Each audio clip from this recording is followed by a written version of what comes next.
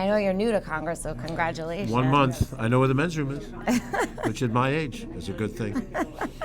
And you're from Westchester. Yes.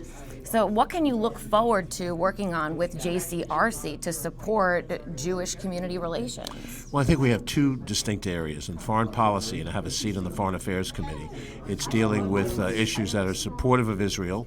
We're at a point now where there has been some agreements to release hostages. We want to make sure that that happens and that's honored. Also, the ceasefire with Hezbollah, make sure that that continues to be honored.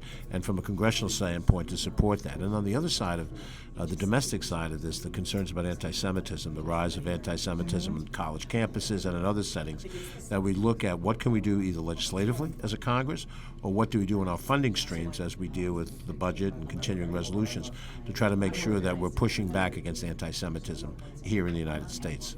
Now, we know there's a ton of anti-Semitism in your district all over New York, unfortunately, and on college campuses.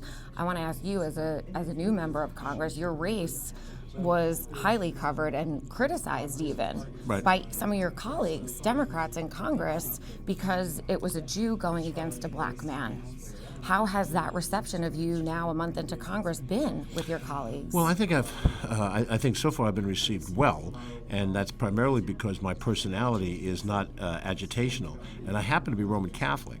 So my support of the Jewish community is not just based on a cultural connection. It's based on a thoughtful understanding of what our geopolitical interests are as Americans, that Israel is our ally in the Middle East.